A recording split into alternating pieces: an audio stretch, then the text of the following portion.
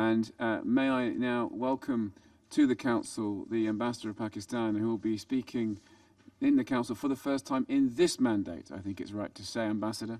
You're very welcome and you have the floor.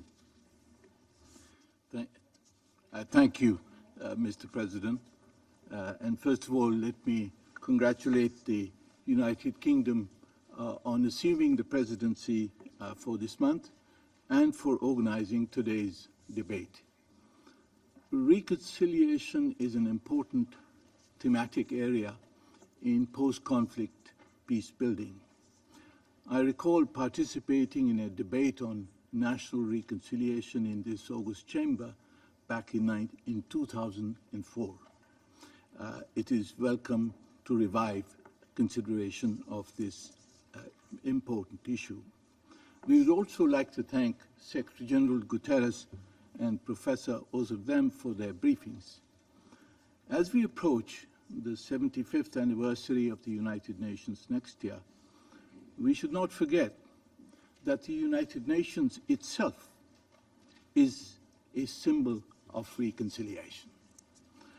It is an organization that was born from the conviction that animosity and discord can indeed be put to rest, and nations can rise above their differences to build a shared future.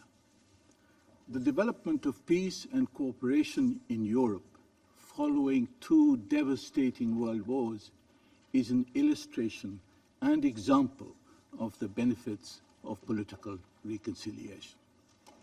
I must add, I'm sure that Brexit will not reverse that. Mr. President, we have made some progress over the years in reconciling conflicts, such as in Côte d'Ivoire, Liberia, and Sierra Leone. Pakistani peacekeepers have contributed to bringing protracted wars and conflicts like these to an end. Such efforts should be maintained, avoiding, however, a one-size-fits-all approach. Besides being a leading troop contributor to UN peacekeeping, Pakistan is also a member of the Peacebuilding Commission since its inception in 2005. I would like to share some key points based on our experience. First, nationally owned reconciliation processes firmly anchored in the principle of inclusivity and victim-centric transitional justice offer the best hope to rebuild and sustain peace. Second, reconciliation is an extended process. It should not replace accountability. Both processes should be mutually reinforcing. Third, inclusivity is key to advancing national peace-building processes.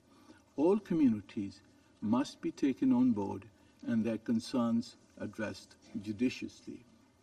Fourth, development is an essential yet insufficient part of rebuilding peace in communities ravaged by conflict.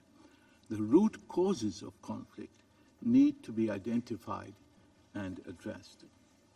Mr. President, Pakistan has supported an Afghan-led and Afghan-owned peace process. With the mutual release of hostages and prisoners yesterday, we hope that the peace process will be quickly revived. We are also host to 3 million Afghan refugees. They should return back and have a voice in the intra-Afghan reconciliation process that we hope will start soon. The international community must support the early and honorable return of the Afghan refugees. Mr. President, as conflicts continue across the globe, reconciliation will remain a relevant mechanism in post-conflict peace building. However, the central purpose of the United Nations is to prevent conflicts and resolve them to save succeeding generations from the scourge of war. Unfortunately, the Security Council has had an uneven record in resolving threats to and breaches of international peace and security, which is its primary mandate. Both its endeavors and their outcomes have been inconsistent. We have witnessed prolonged inaction and silence in some cases. In particular, Pakistan is deeply concerned at the absence of action by the Security Council to halt India's violations of human rights and Security Council resolutions in the disputed state of Jammu and Kashmir. In contrast, the Council has been propelled in other instances towards a rapid resort to sanctions and enforcement action. Mr. President, this requires political will and commitment on the part of the international community.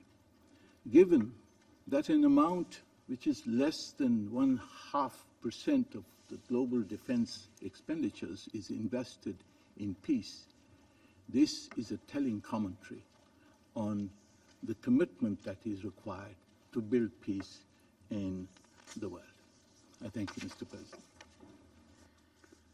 I thank the representative of Pakistan for his statement.